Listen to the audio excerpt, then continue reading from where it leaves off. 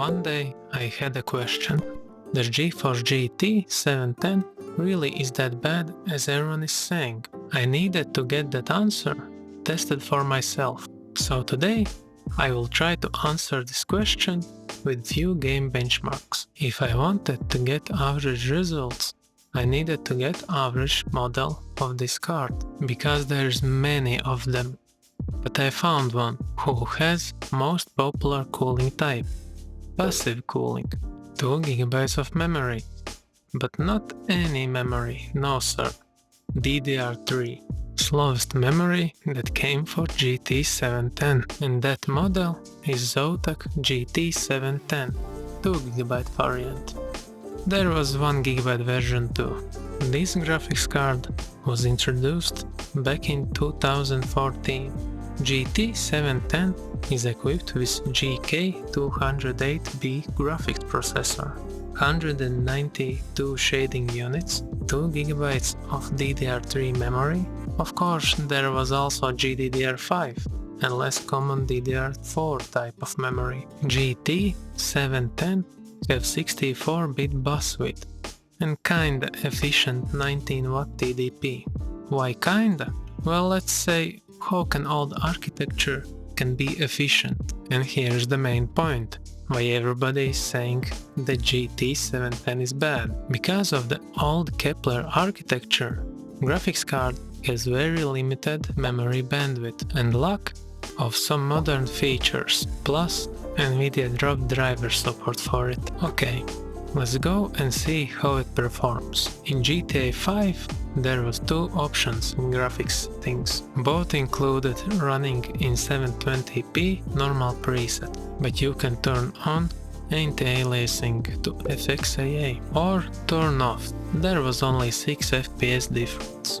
But I run GTA 5 with FXAA enabled. That's why I have clearer edges and graphics are less pixelated. GTA 5 average frame rate was 28.9 FPS, minimum was 23 FPS, and maximum frame rate was 38.2 FPS.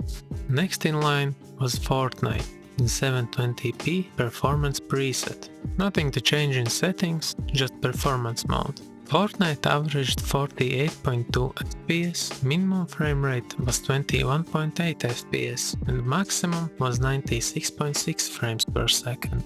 I thought I would be in luck in Counter-Strike 2, but no, I still needed to go in 720p resolution to get CS kinda playable. I cranked down settings the lowest possible. In deathmatch, Counter-Strike average frame rate was 44.5 FPS, where minimum was 23.4 FPS and maximum was 62.1 FPS. If you go in competitive match, there may be 5 FPS improvement, but that's differ by the map you choose to play. It would be silly to try and play PUBG or Apex Legends, but in Rainbow Six Siege, maybe this card has a chance. So I run Rainbow Six in 720p low preset, but with anti-aliasing set to FXAA to try to use those 2 GB of VRAM. But still, no luck, because card averaged 24.7 FPS, minimum was 19.4 FPS, and maximum only 34.6 FPS. But in Rocket League, there was a bit different story. Card struggled in 1080p, so I went back to 720p, and from there I even managed to crank little bit more from graphics settings and get away with quality preset. Average frame rate was 56.6 FPS, minimum was 34.2 frames per second, but maximum frame rate was 77.2 FPS. Of course, there would be drops where FPS even drops low as 15, but that didn't happen very often. Overall, game was playable. I couldn't resist to try having benchmark, so I set settings to 720p low preset and DirectX 11, and of course, card flopped. Average frame rate was only 29.8 FPS, minimum was 19.5 FPS, and maximum was 49.4 FPS. I tried to run Halo Infinite, but Windows dropped driver error. I bought old graphics card driver version, and same with Forza Horizon 5, but I didn't expect anything good anyways, except from Halo Infinite, because it's more CPU intensive game like Rocket League. I stopped crying and launched good old Minecraft. In Minecraft, cards shockingly get away with 1080p, but with low graphics settings. Average frame rate was 87.2 FPS, minimum frame rate was only 55.9 FPS, but that's only in caves, mostly, and maximum was 113.4 FPS. I'd say nothing very impressive, but game was playable. I knew that I wouldn't get playable frame rates on modern titles, so I launched some old titles. Starting with Half-Life 2, I set all graphical settings to highest possible, and of course in 1080p. In Half-Life 2, GT 710 averaged 170.6 FPS, minimum was as low as 0.7 FPS, but maximum was 278.9 FPS. I needed to try Portal 2, and it went pretty nice on 1080p resolution. All settings set to high. Average card get 56.2 FPS, minimum of 7.1 FPS, and in some areas FPS spiked even to 383.9 frames per second. I didn't notice any lags or glitches when frames dropped. I'd say game runs smoothly. Now this game I enjoyed to play and didn't notice any stuttering. Left 4 Dead 2.